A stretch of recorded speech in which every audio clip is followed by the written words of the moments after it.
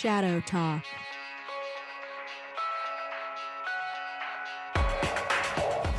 Hello, I'm Michael Marriott and welcome to this week's episode of Shadow Talk, a weekly roundup of threat intelligence from the Digital Shadows research team.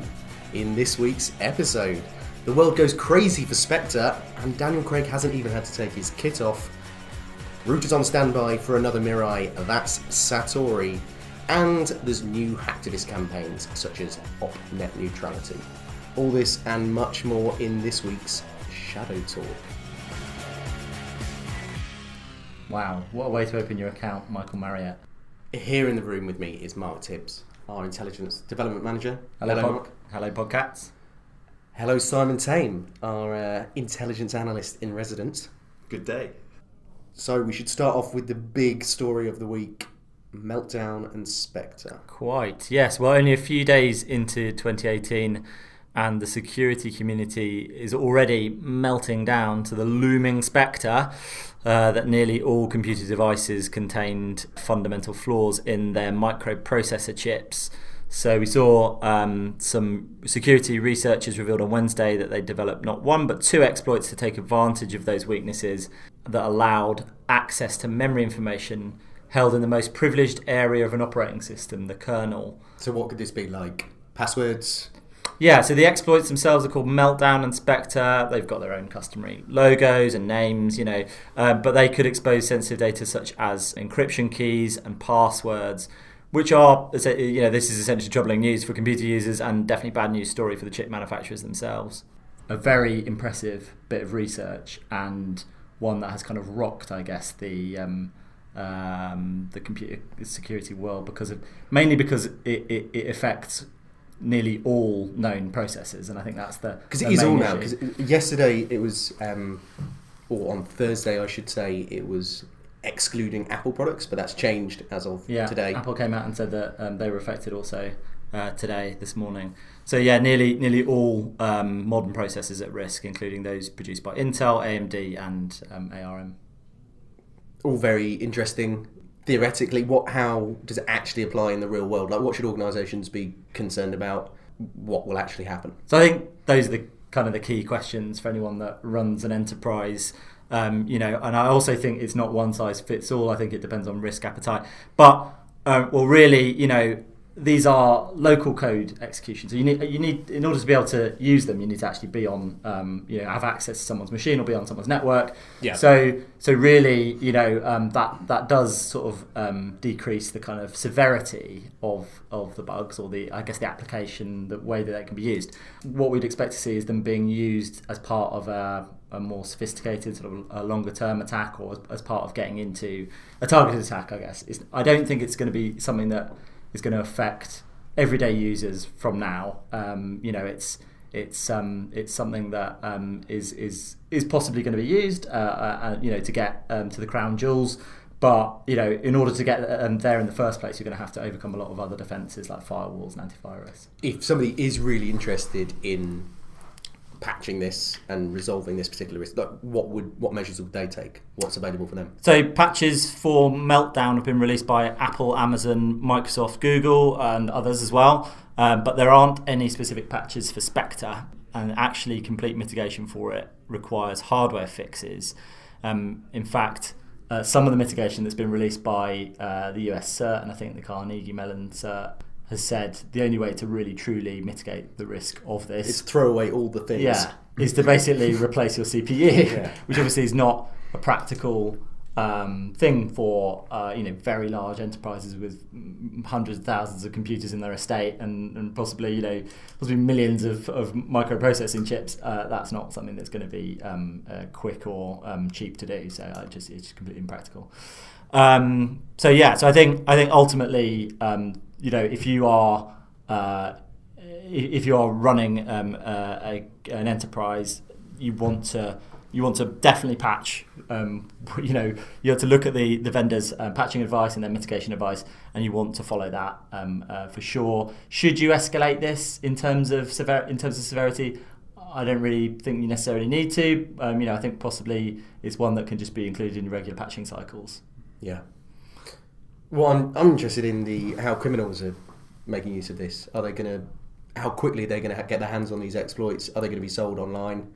What's going to go on with that? How's that going to be developed? So are they going to start defrauding other criminals? As part of the release, the white paper, the researchers actually released the code for proof of concept. I think it was for Spectre. Is that right? Yeah, it's for Spectre.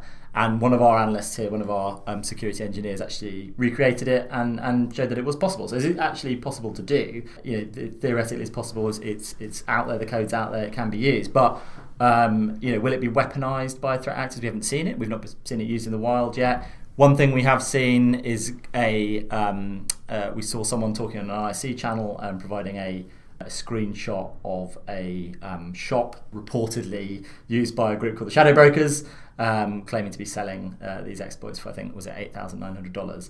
So if we don't know the credibility of that, we don't know if that's real. What we do know is there probably is a great deal of interest from threat actors in this.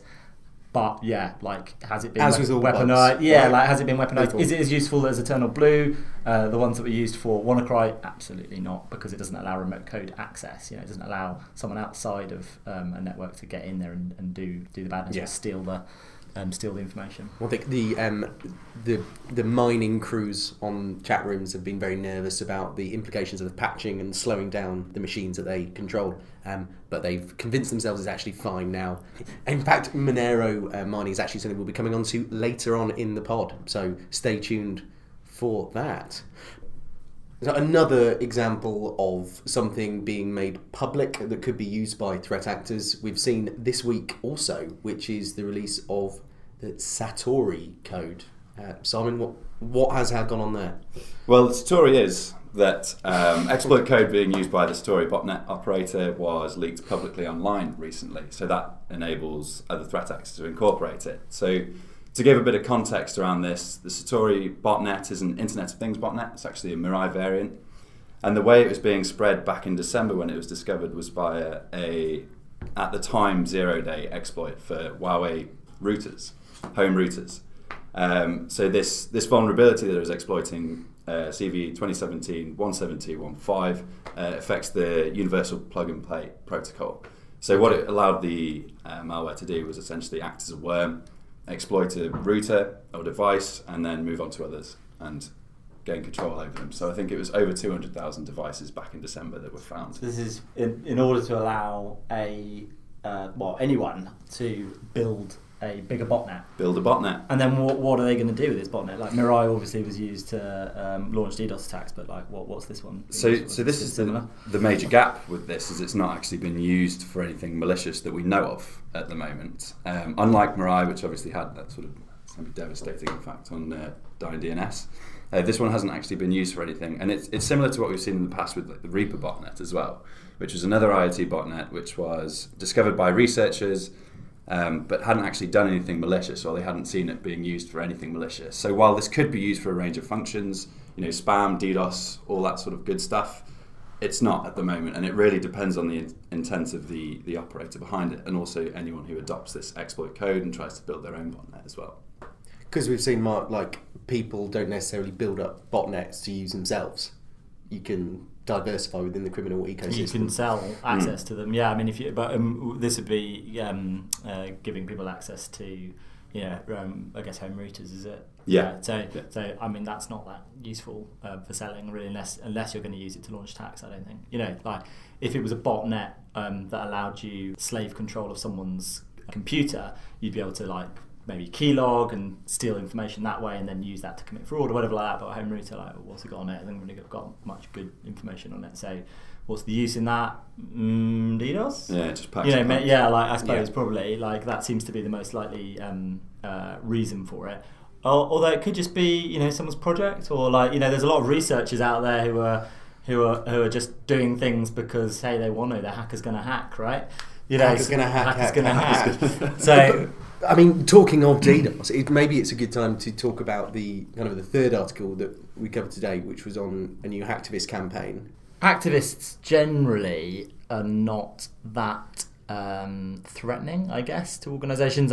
Now that is a bold statement to make, I know. So, but in from having observed hacktivists over the last 2-3 years, Digital Shadows, we see a lot of noise around hacktivism. They make very very bold claims about certainly launching attacks against entities that they perceive as being unethical or whatever ideology they're objectable in some way. Yeah, objectable in some way, exactly. Their activity tends to be restricted to sort of what we would call, or what we would term, sort of quite low-level activity, so like DDoS attacks that maybe take a website offline for a few hours, defacements of websites, which is a way of kind of, I guess, publicising their work, doxing people, things like that. We have seen examples of the supposed hacktivist groups have actually been who look actually like they're more like nation-state proxies, say, for example. I can give you a couple of examples of that. So like Anon Poland, we blogged about them. They do things like leak data, and they seem to have some of these groups seem to have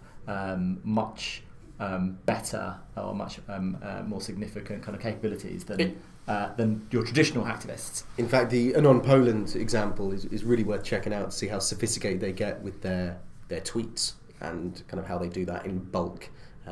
Very interesting to check out if people are interested. Yeah, but anyway, back to the story. The story this week it's not a huge story, but it's just something that we kind of wanted to put on the radar. Was around OpNetNeutrality, it's called. So it's a hacktivist campaign that's been motivated by controversy over US changes in US laws around net neutrality. So net neutrality being the principle that internet data shouldn't be ring-fenced or ISPs shouldn't charge more for certain types of data or how it's delivered or anything like that. And it's seen by many people as a fundamental principle of the internet that shouldn't be interfered with. And that's got people's backs up, and it's got activists backs up, and they've started targeting ISPs. So we saw, it wasn't this past week, it was actually over the Christmas period, but we saw a target list with I think 3 ISPs on it. It didn't say what they were going to do, didn't say the plans of what they were going to do, but presumably that means DDoS attacks against these ISPs, possibly defacements, doxing, any dates things like that. Announced yet? No dates? No dates, I don't think. We have seen activity around this. We have seen some claims. There was a claim of Tango Down, so like a DDoS against one of the ISPs, and also doxing of one of the FCC officials. So the FCC is the US regulator for ISPs. So yeah, so just kind of interesting. It hasn't gained a lot of traction yet, this campaign. It's not a huge issue for anyone yet. I suppose the targeting of ISPs could be troublesome because they are obviously like an upstream provider to households and within DNS. So what would the kind of, Simon, you've looked into this before, I know. What are the drivers that you might be looking for to see whether, because there's so many hacktivist operations, how do you know which ones are going to actually go big? It's looking at the groups that are involved and the steps that they're taking to plan. So obviously a loose target list with a few websites on it and no direction isn't really going to cause a lot of steer. So if you look back at some of the more successful ones, like when I say successful, obviously it's quite subjective. But if you look at some stuff like OpAfrica, where it was all through a centralised website and all the announcements were made there, that tends to have a bit more impact than something where a target list put on Pastebin and is only shared by like a Twitter account with barely any followers. So there's that. There's also how pertinent the issue is to people as well. So if it's a cultural, ethical, religious, that might have more of a following than something like this, where really, a lot of the impact's going to be on internet users that are concerned about being blocked to websites that they like or being charged for content. And it's only the US as well. So, there's a few different factors there, but really this seems to me like one of those things where it has a lot of controversy, but it doesn't have a big activist following at the moment. And I think we've seen that in terms of the people sharing target lists and that kind of thing.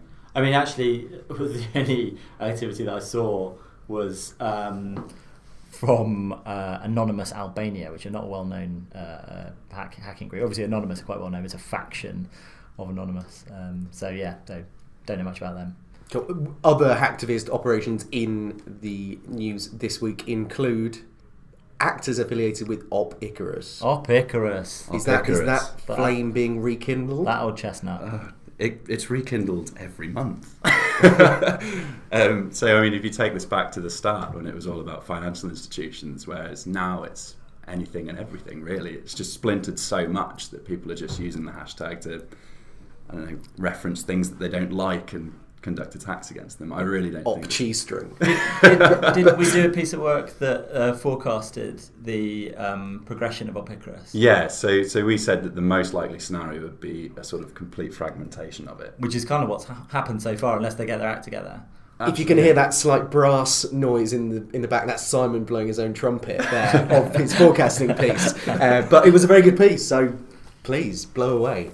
Yeah, so I mean, in terms of how long it took to fragment, it was certainly outside of the forecast in terms of time. But yeah, I mean, it seems to have gone that way. And you see it a lot with hacktivist hashtags as well. And if you take the likes of OpIsrael or OpFreePalestine, it just becomes something that's referenced because it was once popular. Yeah.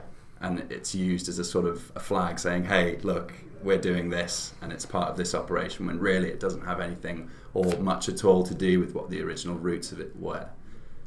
So I personally don't think this is going to go anywhere, and I think that this sort of trend with hacktivist operations, including net neutrality, is it's all public-facing websites. It's never really the core services, and there are cases where that isn't true, but predominantly the Twitter activists that go and they announce Tango Downs, they're going after the public-facing websites because it's something that's tangible for people that are watching it, and they can say, yeah, this is down, brilliant.